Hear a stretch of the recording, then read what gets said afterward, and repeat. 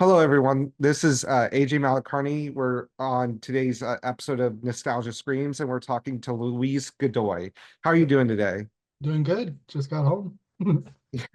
Feel that. It's always a good way to end the day. So, Yeah. uh, today we're talking about your book, This Immortal Coil. Can you kind of, first off, can you introduce yourself for our audience? Well, I'm Lewis. I've been making comics. This is my first full length comic, but I've been writing scripts mainly and then getting rejections on those scripts. But for like 5 years now, roughly about 4 or 5 years. But I Hmm. have a one little short that I actually have gotten completed.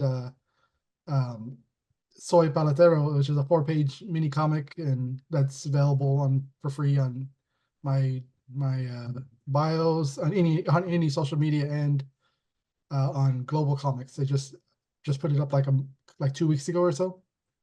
But yeah. Well, I'll make sure to tag all these links for our Yep. audience so that they can go and find all this great stuff. So you said you've been in comics for about like 5 years. What is your journey for comics? How did you get started in comics? Well, been a fan all my life. I've had a couple, like I tried to write a few times, like back for the last 10 years, but I never finished any project. There's just a few starting scripts and I start one and then never finish it up and then finally in 2020, when the Mad Cave Studio had their talent search, I decided to write a script and submit it. And then but so did that, got rejected, but I was like, oh, this is kind of cool. But one person who kind of helped me out initially was Jared Lujan. He offered to like review the script, like because he was doing that because he was a previous winner that I think the previous year. And so from there, kind of like, oh, I think he gave me just a good feedback, and I was like, oh, I think maybe I could do this. And so I started little by little writing scripts and working on pages and trying drawing as well. Um, and then did one and right after COVID started in June 2020, there was an anthology that was Homebound anthology, I think it was called. I did a I the person running it, Ryan, I can't remember the last name at the moment.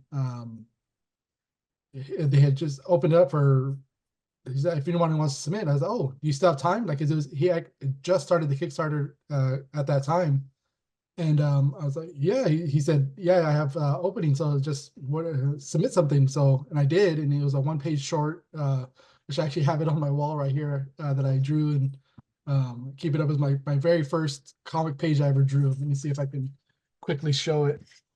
Let me see if right over there. Oh, that's so cool. I love that layout, that the use of the stark, like black background against Yeah, the little focus panels. yeah. So I keep that as my starting point of what I've done so far. And then after that, I just wrote more scripts, and then this past uh, let's see, November 2023, I think, or sometime in 23, um, or 22 actually. Uh, One of the anthologies, Smash Anthology with Foreign Point Press or Foreign Press Comics, sorry, Foreign Press Comics, um, or Foreign Comics Press, whatever. I had whatever the full words are. I submitted to that one, didn't get in, but then later, Devin Arscott was put a little call like, hey, we need an artist for something. So I was like, hey, well, I just did this one thing for fun, basically, page, and I gave it to submitted. It was when Twitter still had the circles or whatever that was, like you can Yeah. like close it off to whoever you just only specific people. So I said, hey, I'm throwing my hat. Here's what do you think? Oh, sorry, the cat in the background. Um, I gave it to him, and he's like, oh, he checked it out. I was like, okay, yeah, this might be perfect. So then he matched me up and with Jared Lujan. It turns out that got that did about 8 pages, and then nothing came of that. Then they went on Kickstarter, didn't succeed, and then so I have did those 8 pages, and then nothing came of that. So in the meantime, while I decided to write my own full story. Like, I've done all these other scripts and never move forward. Like, let me just do it on my own. And that's where This Immortal Coil came from. I had the idea and went through a couple different iterations. Then I reached out to Ian Mondrick, because he was offering services as an editor. So wrote everything out, bounced some ideas off of him, and then finally, after he made some suggestions, and I was like, had struggling to like make it work, and then I had the ending down, but everything beforehand didn't make sense quite what I was trying to end up at. So retooled it, and that's what where the final draft of This Mortal Coil came from, and then been working on it since June of last year, and finally ready to get go on Kickstarter and finish up and get ready to send out to people. I'm really excited, and it's really cool to like hear your creative journey of just how everything is now perfectly falling in place to learn everything to build up to a point of getting your first published book out there. And I'm Yeah, really excited for it. Uh, thank you. kind of with that, what is the story of This Immortal Coil? Can you pitch that to our audience? Yeah, it's a story of a father and daughter dealing with the grief of the loss of the matriarch, the mother and wife of the two lead characters of the story. They in the first issue, because it will be a couple issues. Like, I think the way I have it planned right now is three, maybe four, depending on how much I add in the middle. Because I know where I need to get to, because I already had the story's already mapped out completely. That took the longest, making sure I had everything ready.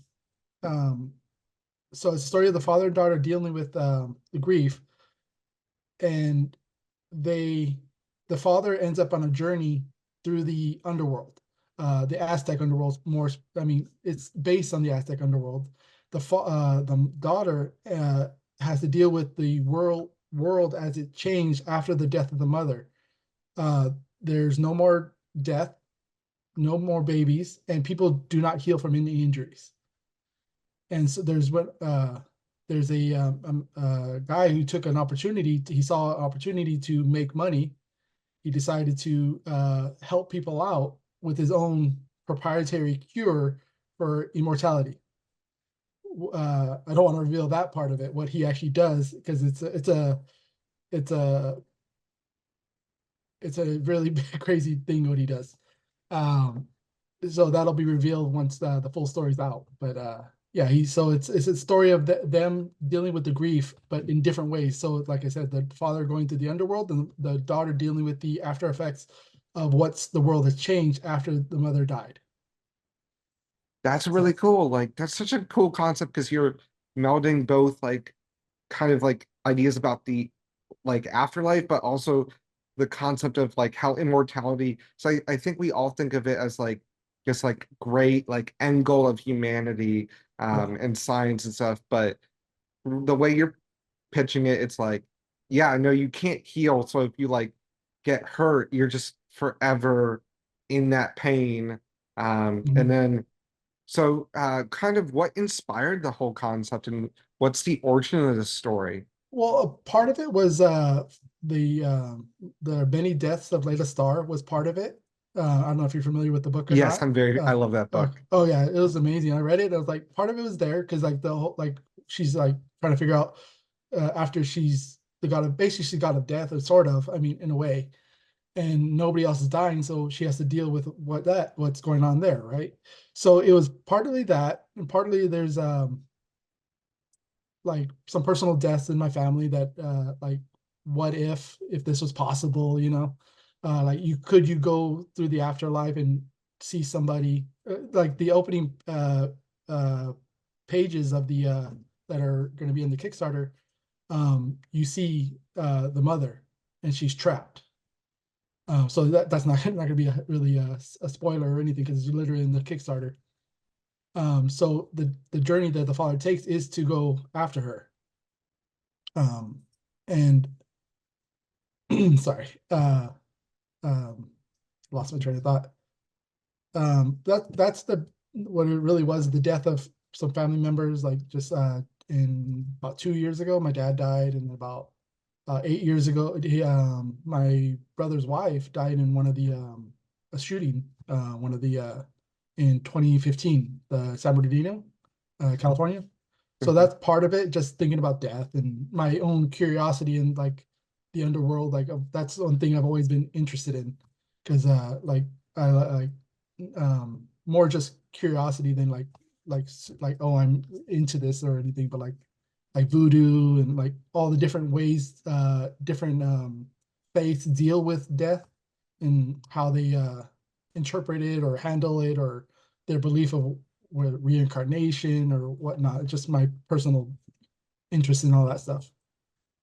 So yeah, no, right along with that, with all the face, you specifically focus on like Aztec mythology in Yeah. this story. What drew you specifically to Aztec mythology? Well, partly I'm half Mexican, half white, and my family is at least the Mexican side of my family is from the Yucatan Peninsula, which is a lot of Aztec and Mayan influence in just in that area. So that's mainly what was the focal point. Because my initial story that I had before I even reached out to Ian was it was, like I said, it was a completely different story. It was um a battle. It was like tournament story where, like, like Dragon Ball or something. But it was all the different faiths. They all chose a champion to battle for the control of the entire underworld.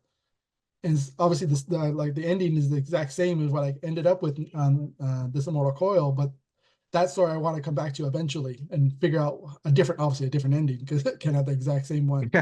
But got to get that one to work. There was just that. So I was like, okay, let me take, which one do I want to focus on, all the different faiths? And I said, okay, let's the one I probably know or identify with the best. And that's where Aztec came in. That's It'll fascinating. be mostly Aztec, but obviously other Hispanic um, cultures and beliefs as well. No, that's really cool. Especially, I think that's something a lot of writers now bring. Like, it's much easier, I think, now to bring like religious ideas in your books, but mix it with like modern, Mhm. modern, like mythology, modern concepts around death. Yeah. Because your story really mashes up is I don't know if you can say this or not, but is the immortality in your story from science or is it from a more like mythological source? Mythological. Okay, that It was more mythological. Yeah, that I forgot about that. Prior to writing the story, I was listening to a podcast. I have a long drive home on for like it's roughly a 2 hour drive home on Mondays generally. And so I was listening to a podcast for about a year and a half before writing this story. It was a mythology on Spotify. And what I learned from, just because it went through different mythologies across all people, religions. It was across everybody. Like, just anytime there was a myth, they talked about the myth, they reenacted it, or just like a play almost. And what you kind of see as a pattern develop is that a lot of times the different cultures, they all of these myths come from ways to explain the world. And so usually whatever is happening in the afterlife, or the god eras, or god people, deities or whatever, it affects the real world. So that's a lot of that. What happens to the real world is because something happened in the underworld, and that's where a lot of the story is, without giving anything really away. So that's it was my inspiration of that as well. that's really fun. So are you saying in your story that if a character does something in the afterlife, it's gonna affect like Yes. the oh, that's cool. And Yeah. I do you have who we kind of got into the concept of the story, but who are some of your protagonists in your story? The father's name is Abraham Leandro. I think I say his last name in the story. He's a former private investigator, but his last few years after the mother has died, he's viewed as the local crazy guy. Is an insane theory that nobody believes. He's the only one that believes these, and even his daughter doesn't believe him, even though she's been around him her whole life. Obviously, she doesn't believe it, and so that's part of the tension between the father and daughter, and how they're both interpreting grief in different ways.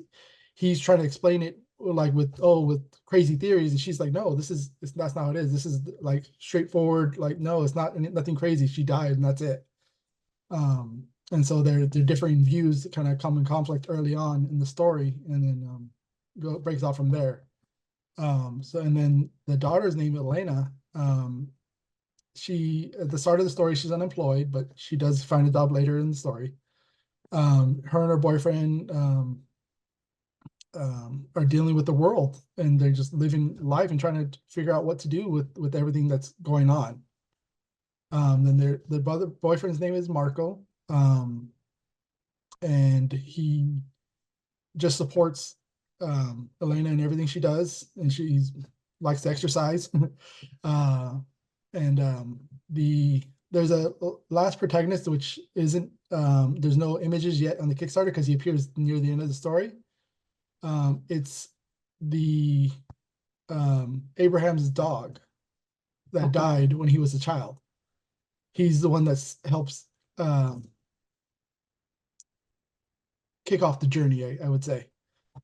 Oh, that's really cool. Yeah. And I think that's the one time you always see those people are like, does the dog die in a movie? I think that's the one time that people will be okay with the dog being dead because now the dog's back in the afterlife. So Yeah. that's really cool. And I think you're touching on a lot of like really important moments of grief, like the first time you lose like a pet as a kid, and then like losing someone like a spouse is like a Mhm. really big like moment in someone's dealing with the idea of death and grief. And Yeah. but I like how you're approaching it from multiple angles, Yeah. how you're going to see the Abraham processing his grief and Yep. going in one direction, but then Elena dealing with the grief of losing her mom, but also kind of losing her dad in the Yeah. process, Yes. and going in a completely different direction. Yeah. And that's really cool. And I'm really excited to see how this very human story ties into the mythology, which I Yeah. think is, from everything I'm hearing, what you're absolutely nailing about this is combining the very like humanizing story, which is what Layla Starr did so well, Yeah. was it humanized these like big god characters and brought them down to a level that's like, oh, if I met this person, I could talk to them and I could understand what they're going through. And I think Layla Starr is just the best. What other inspirations serve like as like literary or like movie inspirations? One of the movies that was I didn't I think it subconsciously was about influences was What Dreams May Come with the Robin Williams. Yeah. Um, so that story, he's dealing with his death of his wife, and then he actually goes and tries to meet with her and bring her back. And but obviously this story's I didn't realize it when I wrote it, but there's a lot of like similarities to what I wrote. And that's but after realizing that, or with speaking with Ian, he kind of brought it up. I was like, it's kind of like this. It's like, oh, you're right. That's where the name of the story comes from. The name of the What Dreams May Come was from, as far as my understanding, is from Macbeth, the to be or to not to be monologue. Well, I looked it up. I saw the line "What dreams may come," and then the very next line was "This mortal coil." I was like, "Oh, well, mine's immortality, so like this immortal coil." So it wasn't a direct influence, but it this the maybe my memory subconscious brought it in and said a similar story. No, I remember when you were posting initially posting about this on social media, and I saw the title, and I was like, I like had flashbacks to like high school English class, reading Macbeth, and I was like, I know exactly where that line's Yeah, from. It's the only thing that I remember from Macbeth is like the few lines like that stand out, but that phrasing, I think I actually had to do. I think he has a monologue where he says that line, and I think I had to perform that in front of my English class, which is why it's so like now stuck in my head. yeah. But no, I'm so excited to see what you're doing with this. And um, is you said you plan to do the series for 4 issues? It'll be depends on how everything works out, but it'll be at least for sure three, because I know how much minimum I need to do, but I want to do 4, but it minimum needed just to make sure I complete the story is 3. The first issue is 20 pages. So I'm not trying to, like, I'm trying to make sure I can fit it in, but it just worked out. As I wrote the story, I was writing it out, just not caring about page count, but then I hit the point where the journey begins, and I was like, oh, I'm like right at this exact moment. So like, okay, I could try to go to 40 page or like 20, or like 24 page, 28 pages, like, but then I'm just adding up, and you're not going to get a full, like, the next um uh act. It's not enough for the next act. I was like, and I don't want to go too far. I was like, okay, it landed just perfectly at 20 page, like where it could have a good ending point. So um now I remember what your question is. I actually blanked on the question too. I was but no, I was listening. I was so in depth into what you were Oh, saying. Um, you said about how I planned it. It honestly, yeah, it worked out. That I wrote it, and then I got to that point, and I was like, oh, that's a good stopping point. Like, I should stop right there, and because I mean, most, like, obviously the standard is 20 or 22 pages for Marvel and DC for just like uh, most comics, but then obviously creator owned is, and independent is obviously that you can do whatever you want, but like, and it just happened to be okay, it's 20. I don't want to extend the story for just to make it a 24 page, it just, that's what it is. And but I know what I need to do for the next 2 for sure. I there's some conflicts that happen in the second one that I could either kind of not breeze through them, but like more like montage it versus giving it a fuller room to breathe, and so I can do it 2 issues instead. We'll see what I end up doing, because I've already written part of the second one, but I'm kind of waiting to see the reaction of what this one is to complete that next one. So yeah, because there was a few scenes that I could have, like, oh, added in, but then I felt like there's too many scenes. Like, it was like 8 different scenes that were in a 20-page, 24-page book. I'm like, let me take a couple out, expand a couple others, and then okay, then it worked out. So I know I like, if I were to just take those pages as I wrote them initially and put them in, I'm probably already at 12 to 14 pages already without even adding anything else I haven't already written. So yeah, and I think that's the hardest thing is learning when to give something room to breathe, but also like money's a thing that we have to yeah, think about in comics and yeah, being able to fit it in enough so that because I know it, we all want to make like the 600-page epic, yeah, but you got to fit it in, and it's so hard. I know I gave a script to an editor and he was like, I love this scene, but you need to cut it yeah, because it's just it's such a good scene, but it's taking away from the flow of your story. Um, kind of along with that, you have a pretty great team working on this book. How did you yes. meet and assemble everyone for this book? Yeah. Well, first, Ian, he was the first one to reach out. Well, not reach out. I reached out to him because he put a call out on Twitter saying, offering editing services. So him was the very first person I talked to, and then he joined pretty quick, and we talked for a couple, like, probably like 6 months off and on, not off and on, but like over the course of 6 months working out the script. And then in December, I was okay. The script's pretty much done where it needs to be. The story's already laid out as much as I want it to be laid out. And then I reached out, did a call on Twitter for artists, and then I got a crazy amount of people reaching out. And and then I really liked what the designs that Julio Suarez did for this for Twin Blades on with Jared. Uh, and I was like, oh, wonder if he's available. Like, so let me reach out. And so he was available. I was like, oh, I'm really surprised. Like, 'cause like, I really like this. I like both issues, but especially the second one. There was a scene in there that definitely reminded me of Dragon Ball Z. And I was like, oh, I have some ideas for that. And then, so he was the next person I reached out to. So I reached out to him, and he was ready to go in January. So he's been working on it for close to 9 months now. And um, then after that, I reached out to, oh, and Julio's also doing the colors in the book. So he's in the interior line art and color. So he's doing the full interiors. He did the main cover. And then some point, I think maybe March, April, reached out to Marcus Jimenez to do the first variant cover. And then Amalas Rosa around the same time, maybe March or February. Um, and then she had hers done super quick. Like I was like, and a lot of the story is about Mexican culture as well, like Hispanic, Mexican. And I had this idea for one of the covers to be the for de los Muertos. Sorry, even though I'm Mexican, I don't speak Spanish, or at least I understand it a lot, but I don't speak it very well. um, was for the one of the covers to have an ofrenda, which is the